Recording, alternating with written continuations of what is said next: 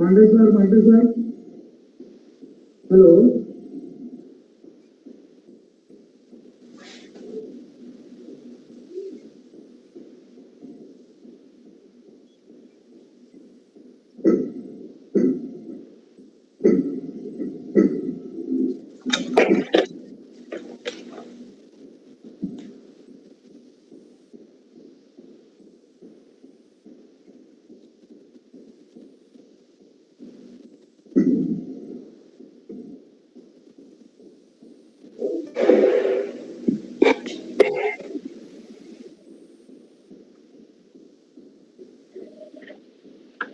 Pandey sir. Pandey sir. Only lecture for today's last session is by Dr.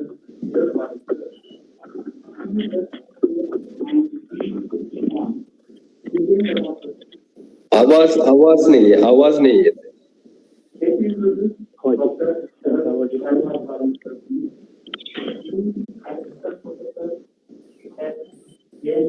Pandey sir. He has experience as a teacher assistant at CSA and as a coordinator of print and education. He received from various communities and the government commission awarded him Erasmus Mundus. He is interested in philosophy, French literature, cultural studies, English, and आवाज नहीं है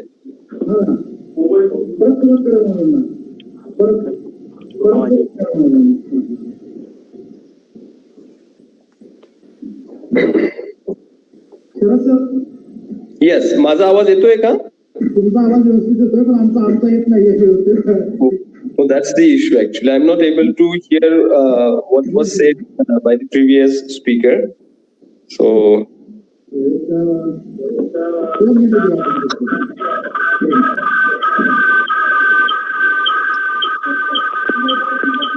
should I switch off my mic?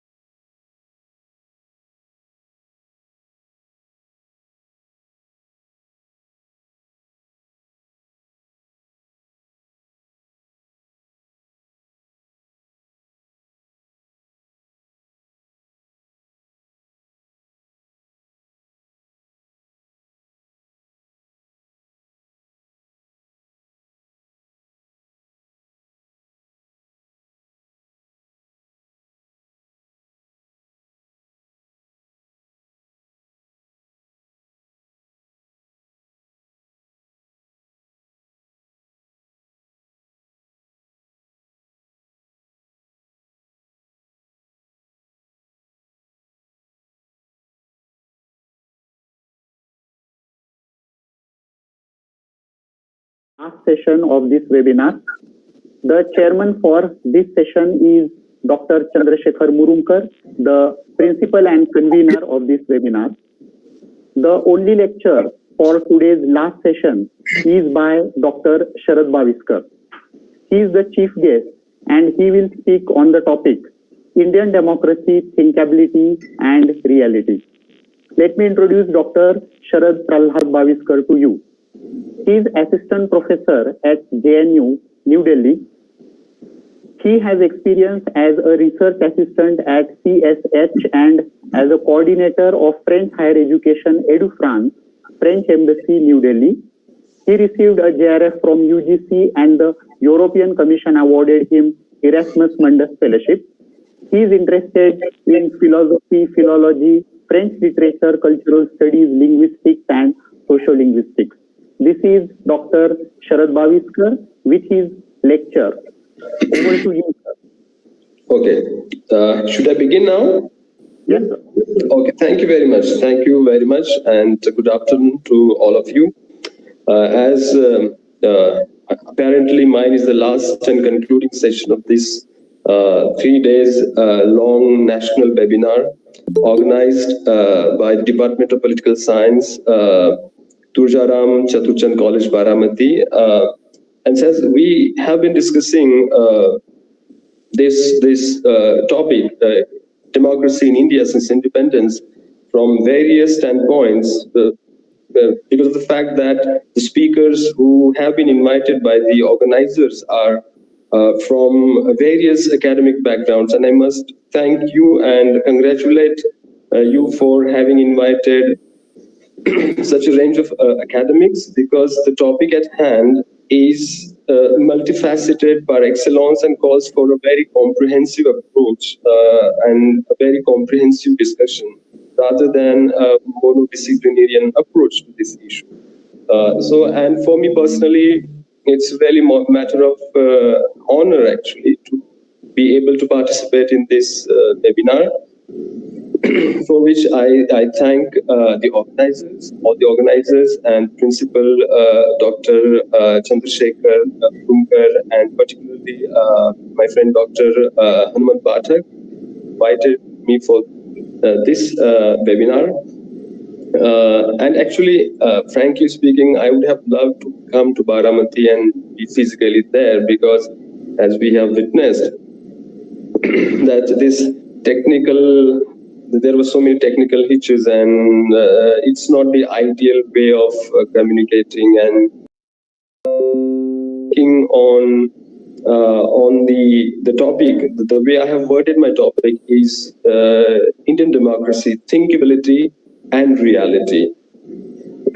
As we have been discussing since last 3 days, and in this long marathon of these many sessions, and mine is the last session, so I'm of the advantages and disadvantages to be the last speaker. The advantages is that the stage is already set, the context is already set, in the light of which I could place my argument, and our participants would be able to understand with the help of the insights of the previous speakers. But the disadvantage is that I think most of our participants might be exhausted. So instead of exhausting them further, I would rather exhaust the topic at hand and come to my topic. Actually, the topic, as it suggests, Indian democracy, thinkability and reality. As the wording of the topic suggests, the standpoint, the approach from which I'm going to discuss this issue, because the area of research or the area of reflection or the area in which I have been working, it's political philosophy.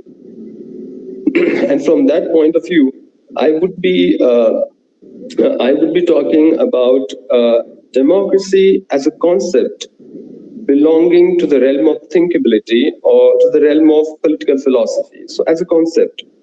And secondly, then I would try to offer some of my reflections, some of my points in the course of this session, how this concept of democracy is sought to be actualized or realized in our society.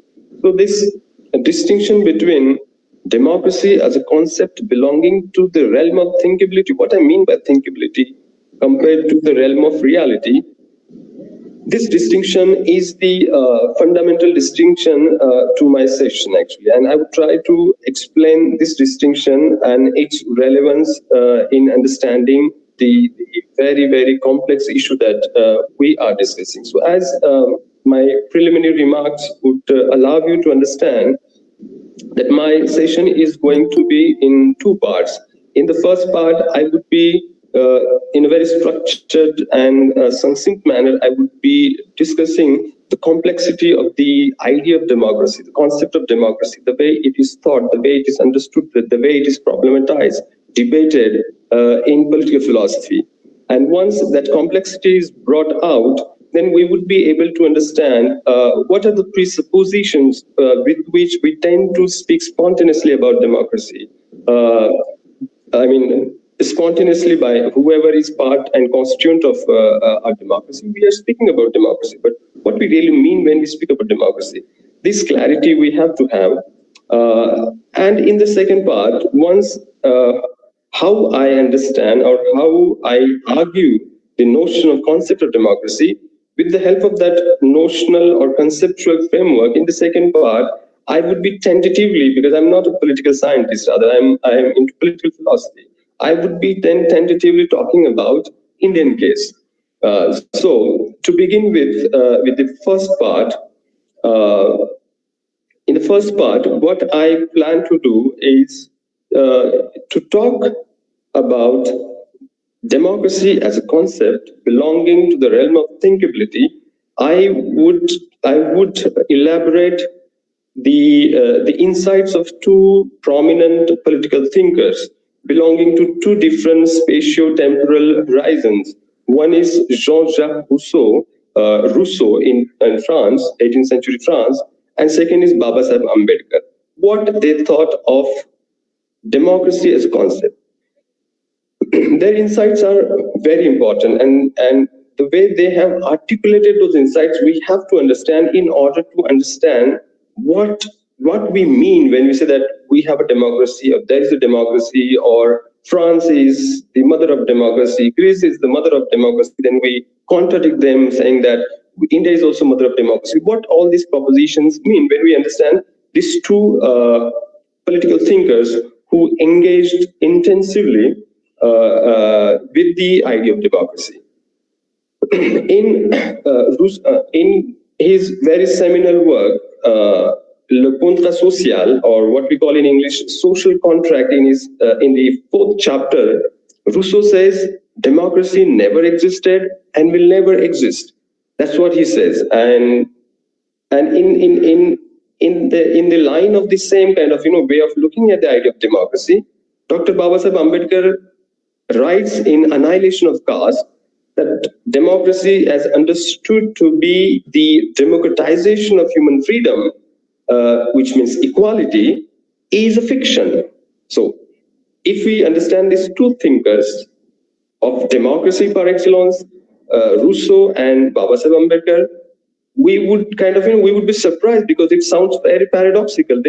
Rousseau says democracy never existed, will never exist.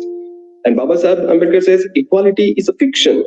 Actually, if we understand out of the context, the way nowadays our WhatsApp University people are expert at taking things out of the context, and they can go around and say that, you see, even Rousseau said that there is a democracy, never existed, will never exist. So it means that why we are after something which would never exist.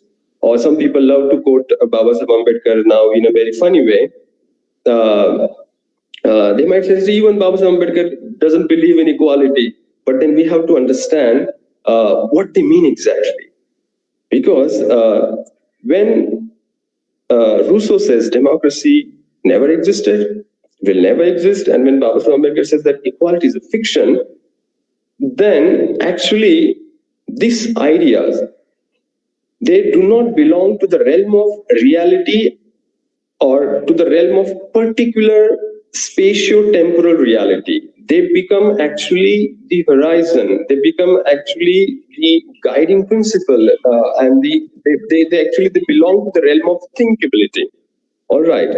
When and I will kind of explain using kind of when we talk about democracy, we necessarily talk about these two notions and the interplay between these two notions. And once we understand the interplay between these two notions, we would understand the semantics of these two propositions by Rousseau and by Babasaheb Ambedkar. So when we talk about democracy, we do talk about freedom and equality. All right. Because in the second part, I would explain the nuanced difference between freedom and liberty, while explaining the momentous event that is our independence. How we understand the notion of independence also. So at that point, I would elaborate the distinction between freedom and liberty. But for the time being, I would try to speak about democracy while explaining the interplay between freedom and equality. like democratic models, or what we call modern democracies in the world, which have embraced democratic ethos, though in reality it might be totalitarian regime, in reality it might be oligarchy, in reality it might be the tyranny of the majority, but democracy as such, how it is understood differently, like in the American model, it's a liberal model in which the freedom becomes the predominant notion, and equality is something which kind of which can be ignored. Actually, if you see, the American model it gives priority to freedom, like then that freedom and equality, when we look at them closely, we see that they cancel each other. Then like 2-3 business houses, they're free to make as much money as they want, and the multitude are free to suffer. So that is then freedom.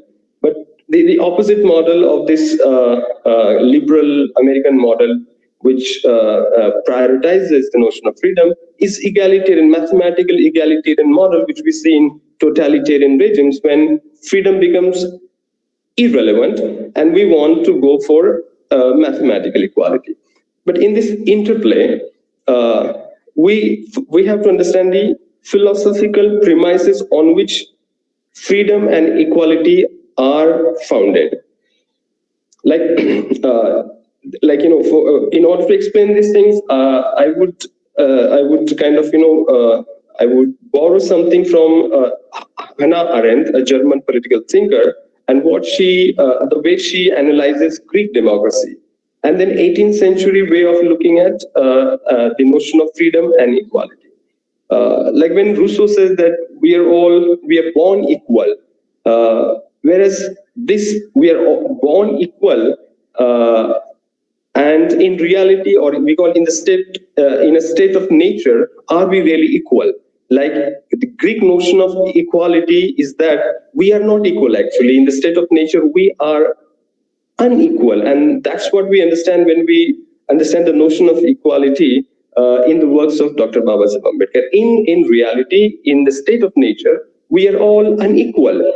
Since we are unequal in the state of nature, we have to constitute a space, a political realm, where despite our inequality, natural, historical, all this man-made inequality, or despite this inequality, there would be a political realm, there would be a political space, or what we call in Greek philosophy, polis ending with S, P-O-L-I-S, means that political space which would protect everybody's equality, regardless of their being unequal.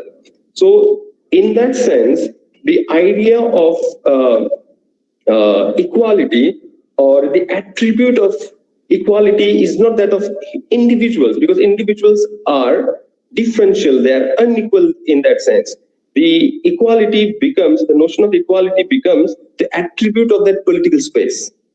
that political space which would protect our kind of space, our freedom, because freedom is understood axiomatic, that we are free. Just what is not axiomatic is that freedom is not extended to every constituent of that space.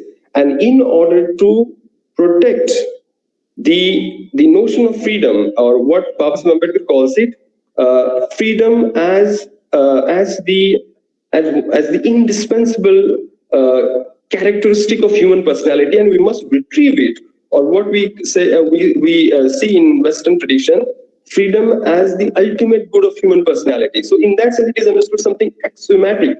You don't have to prove what is axiomatic. So we are free. So within the democratic ethos, freedom is understood to be axiomatic. But in anti-democratic ethos, we are determined. We are determined by the divine will, or that's a different debate. But within the democratic framework, within the modern democratic framework, freedom is posited as something axiomatic, something that cannot be debated, that we are free. And what remains to be seen is that whether just one person is free, or just few people are free, or the demos, in that sense, people are free. That is to be debated. What we see that when just one person is free, that becomes Caligula, that becomes and he becomes all powerful. That's tyranny of one person, because he's the only person free. And then if only few people are free, then it is oligarchy. And when the majority is free, then it is tyranny of the majority that we find in most of the democracies around the world. So, but democracy is different from what Hannah Arendt calls isonomia. The word that she uses, the Greek notion of isonomia, is that space of no rule. In the sense, because every space of rule means that somebody is ruling someone. But there has to be space. That space can be now called agora or public sphere, where we are all free. And that the freedom of that space, equality of that space, has to be protected by the institutional structure rather than asserted by every individual. Because when we say that we're all free, and we think that we don't need to have that space protected institutionally and politically, then we actually get into that notion of what we call gladiators fight. Like, gladiators arena, in that gladiator stadium, that illusion is created that you are all free, but then you are at each other's throat, because we are all unequal in our strength. That Greek thought knows that we are not equal. So in order to protect our freedom, we have to create that space where our equality would be protected. Then that equality becomes institutional, or what we call human product, the product of human efforts. So what we understand here is that since equality is not in the state of nature, equality is something that we have to produce, which is a fiction in the work of Dr. Baba Ambedkar. We have to put in place, we have to create it out of conscious, permanent, unending human efforts. So now we understand these two different paradigms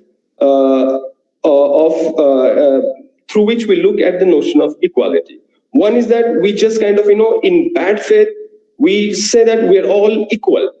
But in reality, we are not equal. But when we say we are all equal, which would mean that we don't need institutional safeguards to protect those who are unequal. You understand? So this argument that we are all equal can actually suit all those people who do not actually believe in equality at all, because they want a free play of unequal constituents like the stadium of gladiators. So now then we have to really understand that we are not equal, but equality is our horizon, because that's what protects our ultimate good, that's freedom. And we have to create that institutional space, that human product, and that space is called political realm or polis or let's say public sphere, where our freedom is protected. Now, I think more or less I have tried to explain the difference between equality as something which is not in the state of nature, but in the state of thinkability. So democracy as such, when Rousseau says that never existed, will never exist, it means it's that guiding principle. It is that something which has to be actualized, that thought has to be, human thought has to be actualized, realized, and it is not something that you gain in one go and after that you say that, oh, now we have democracy and nothing to be worried. And now one Godman said that abhi to democracy hai, too much of democracy, itni democracy hai Hindustan mein, democracy to tab mil gayi, aap kyun protest kar rahe? So all these debates are what we call in French debates in bad faith. They know actually the notion of democracy, or what democracy is nothing but freedom democratized, or freedom extended to every constituent of that social space. And when that freedom is extended or democratized to the every constituent of social space, that's where we get equality. And that equality is not something that we get at one point of time in history and later on you don't have to bother. No, it is something that you have to protect, you have to guard against at every point. And if we say that no, democracy existed somewhere, no, democracy existed in France, no, democracy existed in India, so it leads to the tyranny of that space. And that space, that can be American space, that can be French space, or that can be Indian space, that space has that tyrannical pretension of sending democracy to the rest of the world. In order to resolve that contradiction of tyranny of democratic thought, I think we have to understand Rousseau's idea that democracy never existed. It means it is there as a guiding principle, and it is as something which belongs to the realm of thinkability, infinity, and something which is a guiding principle, and we have to aspire for it because it is synonymous with our infinity, our freedom. So, and precisely for this reason, we have to understand even Baba Sahib's insight that equality is a fiction, because we are unequal, and our inequality is due to some of them due to our natural factors, but a good number of them are due to historical factors. And what is difference in nature, or let us say in the state of nature, becomes inequality or vishamta in history, because most of our inequality, let us say, in different realms, like political realm, economic realm, social realm, intellectual realm, cultural realm, all those inequalities, if we trace the genealogy of those inequality, we find that the reasons are neither divine and nor too much anymore. Many of them are natural, but most of them are historical. And in order to undo those historical inequalities, we have to put in place a framework, an institutional product where a stronger animal would not devour weaker people. So we have to, in order to protect something that doesn't exist, which is democracy doesn't exist. So we have to posit it again and again. We have to make it exist, and it has to be one has to seek for it. So that is the idea, that is the insight that we get from these two propositions, one of Rousseau and the other from Baba Saheb Ambedkar. So now, more or less, what we understand, before moving to the next part, I hope that I'm not taking too much time. I'll be very brief in the second part. So what we understand by the concept of democracy is that permanent, never-ending movement of every individual or every society from the state of heteronomy to the state of autonomy. Now, we have to understand these two notions in order to understand that movement, and that movement is never ending. It is permanent movement. That heteronomy means under the rule of something, under the normativity of something or someone that lies outside us. And autonomy means that every society or every individual should find a set of principles rather than rules to regulate his or her existence. And democracy, or let's say freedom, precisely means that we are permanently moving from some sort of heteronomy, some sort of let us say, minority to majority. Minority in that legal sense, like, in some regards we are minor, but then we try to be major, and that transiting from being minor to major, that is what we call the process of democracy, the process of kind of unfolding our ever holding freedom. So if we understand that democracy, then we have to understand that a set of spontaneous thinkers who are going around in our country, and they say that we got this in 1947, and then why these people are protesting? फिर ये आजादी आजादी क्यों करते हैं के लोग? इनको क्या आजादी तो मिल गई है? So actually, this argument is not spontaneous. We think that these people are spontaneously saying those things, but actually they are. If you analyze, if you break their arguments and analyze their background, people who say that we got too much democracy, people who say that we got democracy at that point of time, then people are fighting for it. So these people, what we call in political philosophy, these are spontaneous votaries of anti-democratic ethos. One has to understand that, okay? Because what we got in 1947, we have to understand that. And in order to understand that thing, I will develop the distinction between liberty and freedom, which we find very well elaborated in Hannah Arendt. What we got in 1947 is liberation. Liberation is very different, or liberties, the notion of liberty is very different from the notion of freedom. So liberty is something which is negative, in the sense liberties are something that constitute the condition of democracy. No, when we are guaranteed a set of liberties by the institution, by the political space, by the state apparatus, that guarantee or what we say that possibility for freedom to manifest, or what we got in 1947 is what I would say the possibility of democracy rather than democracy. Because if you say we got in 1947 our democracy, actually we are actually just endorsing status quo, because then we don't have to do much.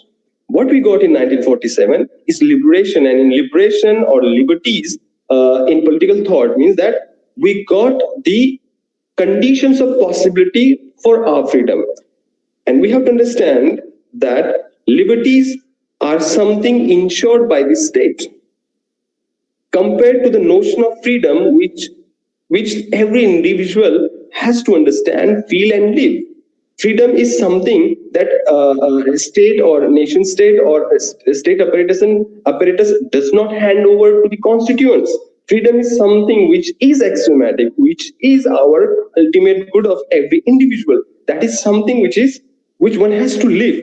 But in order to live our freedom, the state, or what we call that political brain, has to give us what we call a set of liberties.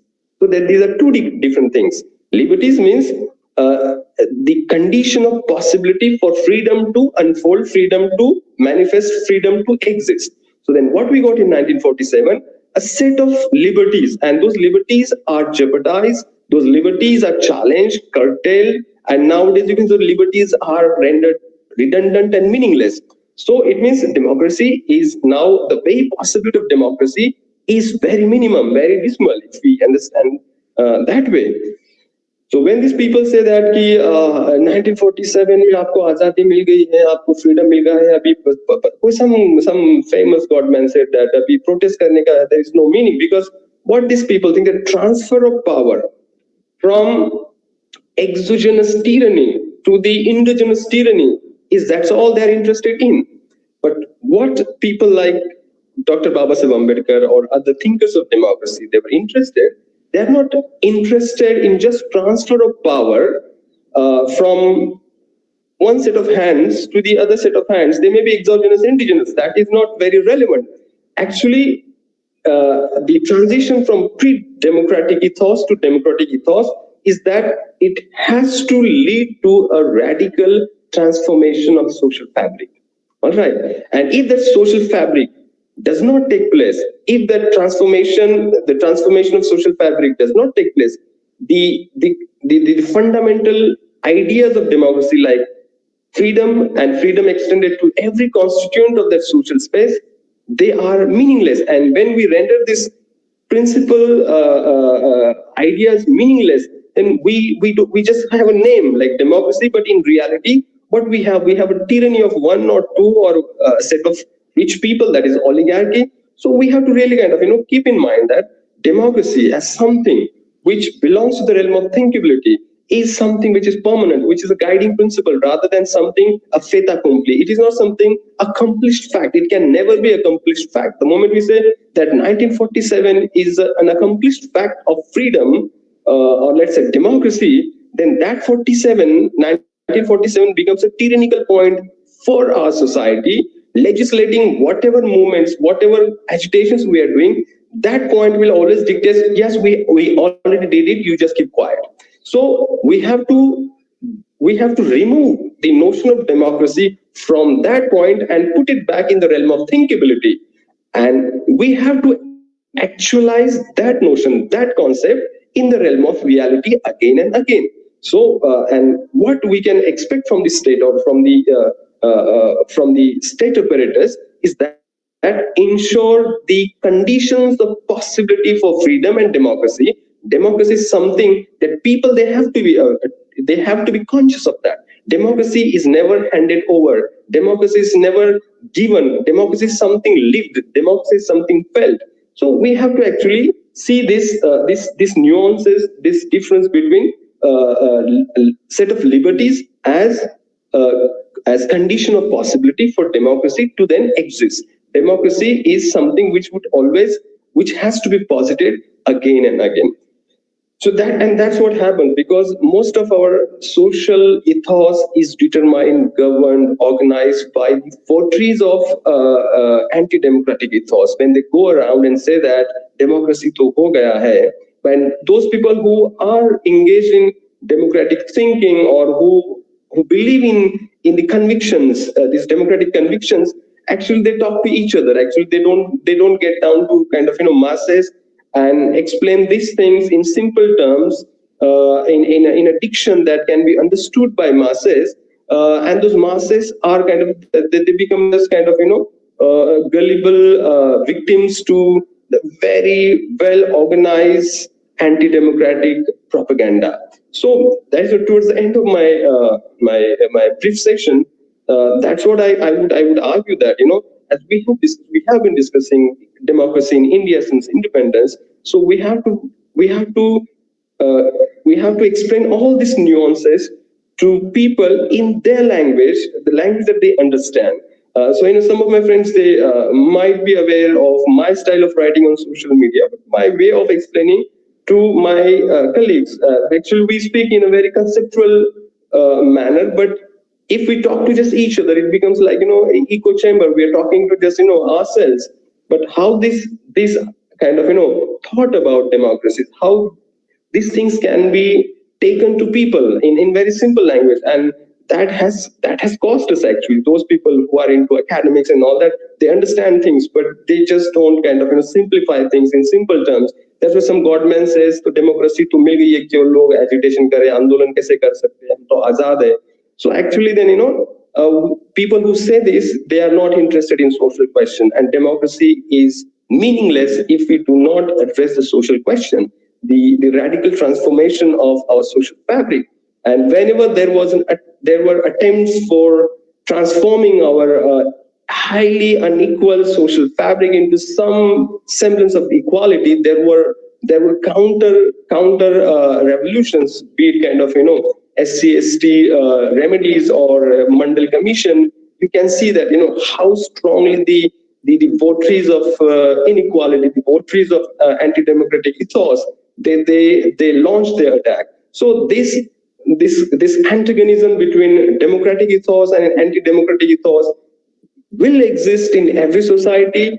Therefore, we have to posit the concept of democracy again and again, and we have to seek its actualization, its realization at all points. And saying that we had democracy, it is firstly, it is a good amount of ignorance, and second, it comes out of complacency. It doesn't come out of our nuanced understanding of what we understand by democracy. I think I have spoken some 40 odd minutes, and if there are relevant questions, I would be interested in taking those questions.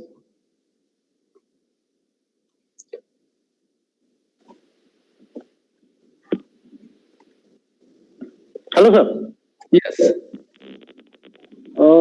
If you want to speak, you can speak 10 minutes, 10 to 10 minutes.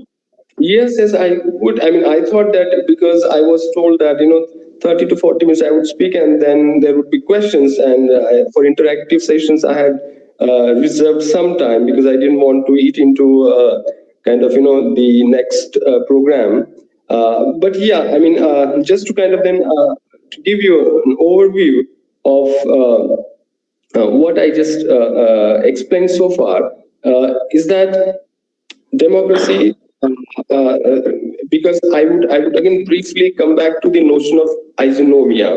Isonomia, a notion which exists in Greek political thought, because isonomia is not equality. Because positing equality was a very, very kind of 18th century idea that we are all equal. But Greek thought didn't agree because they were less idealistic in that sense. They said, no, we are unequal. And isonomia is that space of police or political realm, or what we call in Greek philosophy, agora. Agora is something that political discursive space that was created. And in that discursive space, it was a space of competing reasons, because no one reason should prevail. There should not be tyranny of one reason, but space of competing reason. And that those agoras are the fundamental, indispensable conditions for the condition of democracy. To say it in Althusser's terms, that the indispensable condition for reproduction of conditions for democracy is like agora, that the space for competing reasons. And when these spaces are curtailed, these discursive spaces are curtailed, and how do we curtail those discursive spaces?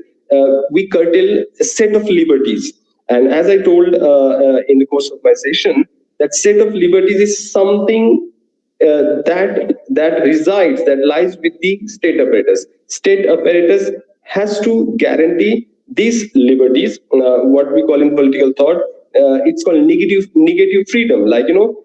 Liberties are kind of guaranteed that the oppressor would not take away our potentiality. So, because heteronomy comes from some kind of oppression, but in order to become autonomous, that the oppression has to be lifted.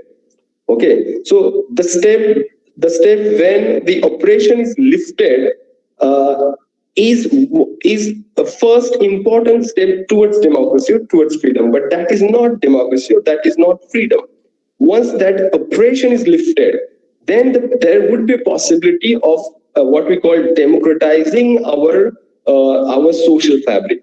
And if we see in the context of our society, take it cultural sphere, economic sphere, political sphere, social sphere, and the empirical data would tell us that how unequal these spheres are.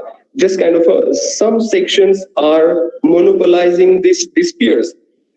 So long as this monopoly that single-handedly enjoyed by just kind of few people, it would be pointless to say that in 1947 we had democracy. But first of all, we have to kind of see quantitatively whether in every walk of our society, whether that historical inequality or graded inequality has been undone or not. If it has not been undone, and this undoing can be demonstrated scientifically, we don't need ideological talk for that. This is something that our political scientists can go around, do field work, and show that let's say take cultural sphere, take educational sphere, intellectual sphere, economic sphere, political sphere. Do we have substantive democracy or not? So long as the substantive democracy evades us, the talk of that we had democracy actually doesn't help us. So and when we associate the idea of democracy to the notion of freedom, but not freedom of one or freedom of two. I mean, two, I don't mean two, hum do hamare aisa wali baat nahi. This is a very purely academic talk, and I don't want to make any controversial statement here. But freedom means not freedom of one or freedom of two or freedom of few, but freedom of that is every constituent of a society able to enjoy or even aspire for that freedom or not. Because aspiration for that freedom is possible when you lift that heteronomy, or what we call that oppression, that tyranny, and that can be lifted only when the state apparatus guarantees set of liberties to us. And whereas what's happening now is at every step our liberties are being curtailed. So now the last point that I would briefly kind of explain that nation state and the idea of democracy, when we understand their relation, nation state pre-existed idea of democracy, because nation states were there even during, let's say, in the Western context, Francis I and then Henry IV and Louis XIV and all that, they constituted such a strong nation state. And nation state premised on the notion of national sovereignty. All right, that national sovereignty, the very idea of sovereignty is something that you cannot divide, something which is indivisible. Whereas democracy is an antithesis of the very notion of indivisibility. Democracy means permanently divisible, or division of powers when we talk about Montesquieu. All right, so this nation state logic and this democratic logic, actually they are at loggerheads. And what we try to do, we try to strike the balance that, nation state as a notion, or what we call in Godard's term, like people's majesta, like then have we really transferred that notion of sovereignty to the notion of people? One has to see that. Or whether that notion of sovereignty is manipulated by a set of people in order to deprive the multitude of their democratic rights. So this conflict or this tension between the idea of nation state pre-existed the democratic attempts across the world. All right, whether in India or in America or in France. So nation state was something, even the monarchic people were aware of their strong nation states. And these modern nation states, they are somewhere, actually, that is the only space where democracy is also manifesting itself, at least for the time being. But that is also the condition that limits the idea of democracy. So this tension has to be thought through. This tension has to be elaborated. I think with this brief explanation on nation state, I would stop here. Okay, sir. Thank you. Thank you. And I request to all participants, if they have any questions, any comment, you are most welcome.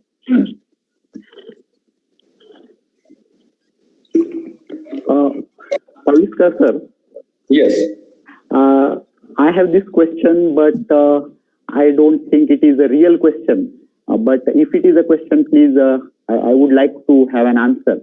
You talked about fiction of democracy and then the actuality of it, and then we should be making it, to exist. We should make democracy to exist. But are there any steps like 1, 2, 3, 4 or 1 to 10 steps that we can take and make it to exist?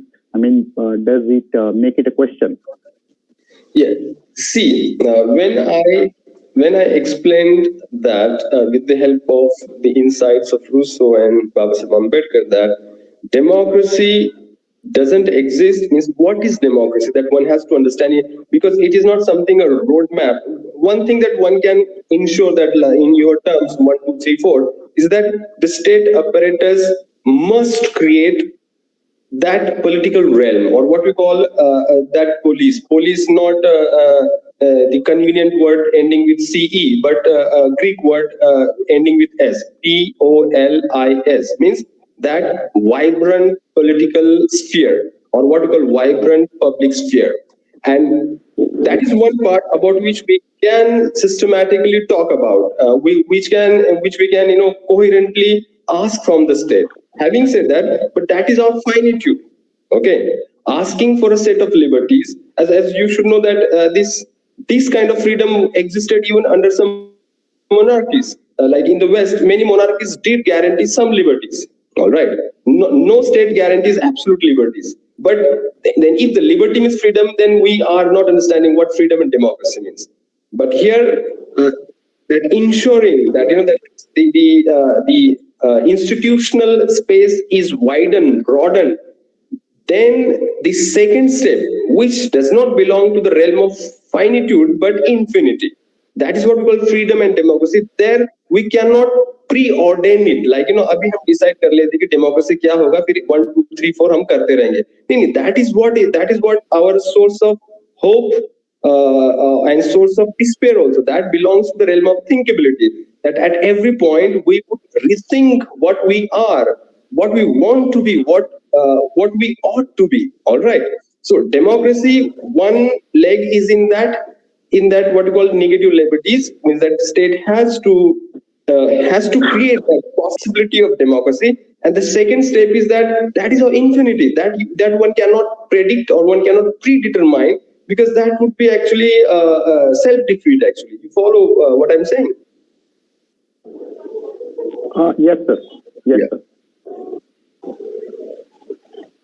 Sharad sir,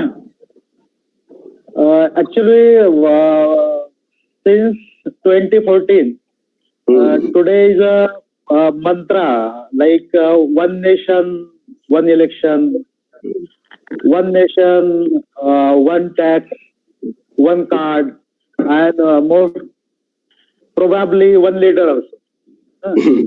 If we see India is a diverse country, then how you locate democracy as the level of thinking and whatever going on in our reality? How do you see this situation? Yeah, that's what I told that, the way we look at this social developments not in a very linear or progressive sense, but in a very neutral sense. From 1947 till 2014 or 2021, we tend to look at this unfolding of human history in terms of technological cumulative history. In the realm of technology, or in the realm of let's say scientific history of sciences, we can say that it is always cumulative, it is always progressive. ऐसा नहीं कि that today we are flying with the planes and tomorrow we will again come back to bullet cars. ऐसा नहीं होता है, तो वो cumulative progressive जाता है. But that paradigm should not be extrapolated on social realm. In social realm, there are these kind of antagonisms of different kinds are operating, and like Hitler might be technologically very very kind of advanced, but socially he was a very regressive person. So social realm, there can be sudden falls, like what to be very frank, what I witnessed in last few years and what I have experienced, actually we have drifted away from the democratic attempt. And it was not a casual and innocent drifting away, but there was a huge ideological work taking place ever since kind of, we got our liberties.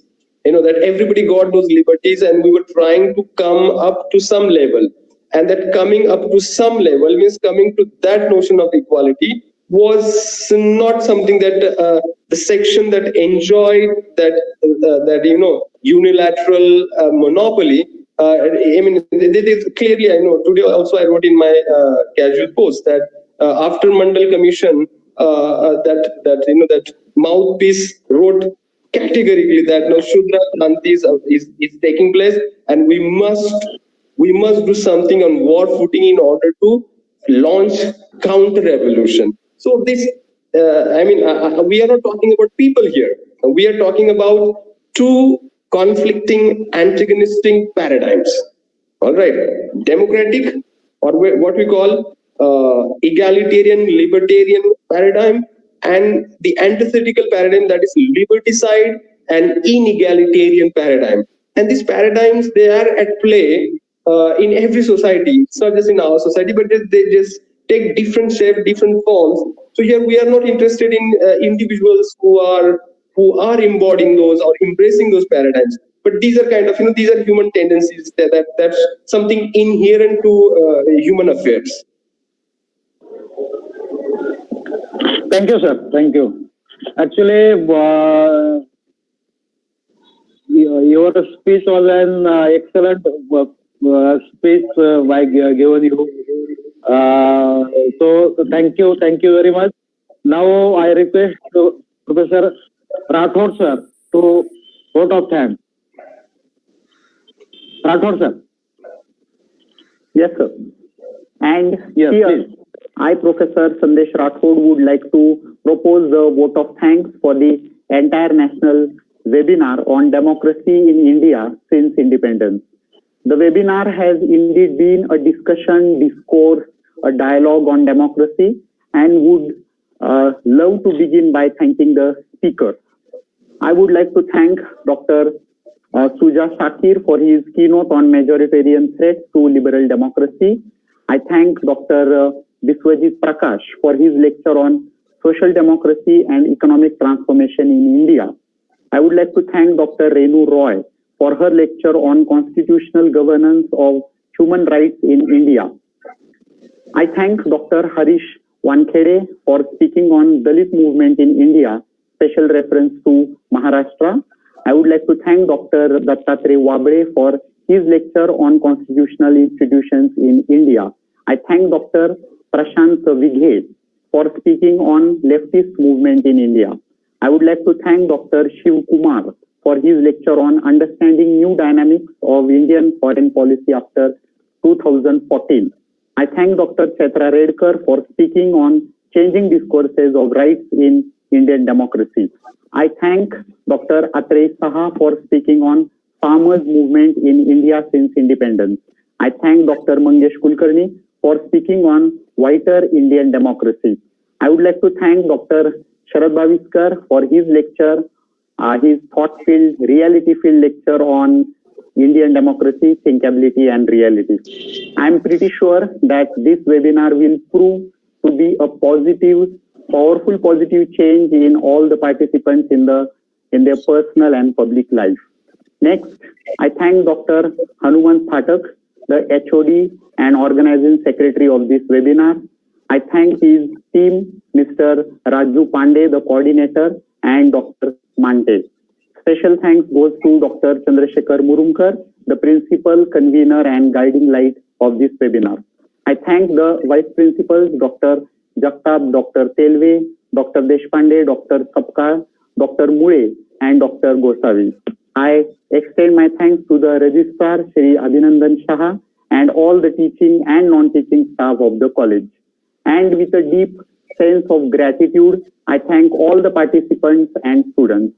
I thank all the people who were connected with this webinar and who labored to make it a success. Thank you all. With this, I declare this webinar as over. Thank you, sir. Sharad sir, thank you. Thank you. Thank you. Thank you. Thank you, sir.